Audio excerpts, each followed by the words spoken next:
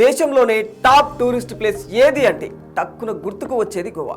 New year destination అంటే అందరికీ గుర్తుకు వచ్చే మొదటి పేరు గోవా. పార్టీ చేసుకోవాలంటే చలో గోవా అంటూ ఉంటారు.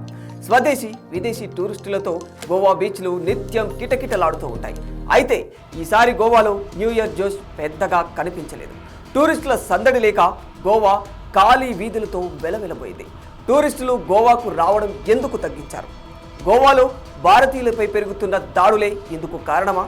అసలు గోవాలో ఏం జరుగుతుంది? ఈ విషయాలన్నీ తెలియాలంటే ఈ వీడియోను ఎక్కడ స్కిప్ చేయకుండా చివరి వరకు పూర్తిగా చూడండి.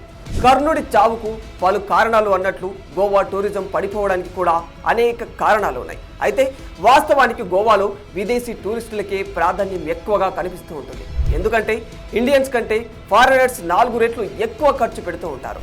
దీంతో అక్కడి వ్యాపారులు భారతీయులను చిన్న చూపు చూడటం మొదలుపెట్టారు. గౌరవం దక్కకపోవడంతో ఇండియన్స్ గోవా ముఖం చూడటానికి ఇష్టపడటం లేదని తెలుస్తోంది.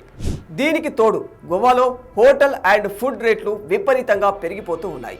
ఇవి ప్రభుత్వం నిర్ణయించిన రేట్లా లేదా వ్యాపారులే దండుకుంటున్న రేట్లా అనేది పర్యాటకులకు అర్థం కాని పరిస్థితి.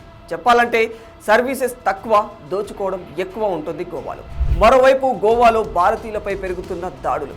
నెల రోజుల్లోనే 3 దాడులు జరిగాయి. తాజా దాడిలో ఏపీ యువకుడు మృతి చెందాడు. ఇలా రోజు రోజుకు గోవా స్థానికుల అరాచకం భారతీయ టూరిస్టులపై ఎక్కువైపోతూ ఉంది. ఈ కారణాలన్నీ కలిసి గోవాను పర్యాటకులకు దూరం చేశాయన్నది పచ్చి నిజం. 1990 నాటికే గోవా ప్రపంచంలోనే ప్రముఖ టూరిజం స్పాట్గా మారిపోయింది.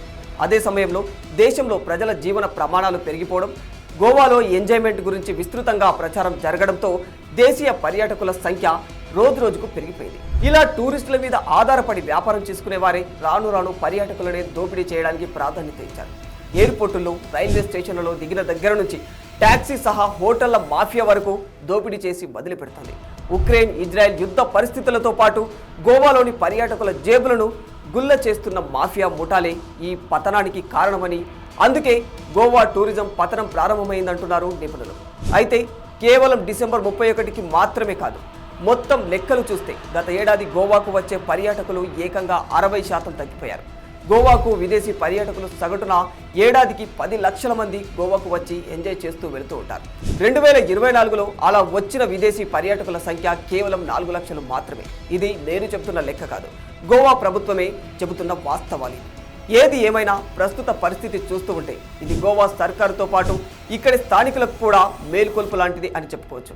ఎడాపెడా రేట్లతో బాధకుండా స్వదేశీ టూరిస్టులకు కూడా తగిన గౌరవ మర్యాదలు ఇస్తే గోవాలో పర్యాటకం మళ్ళీ పట్టాలెక్కడం ఖాయం.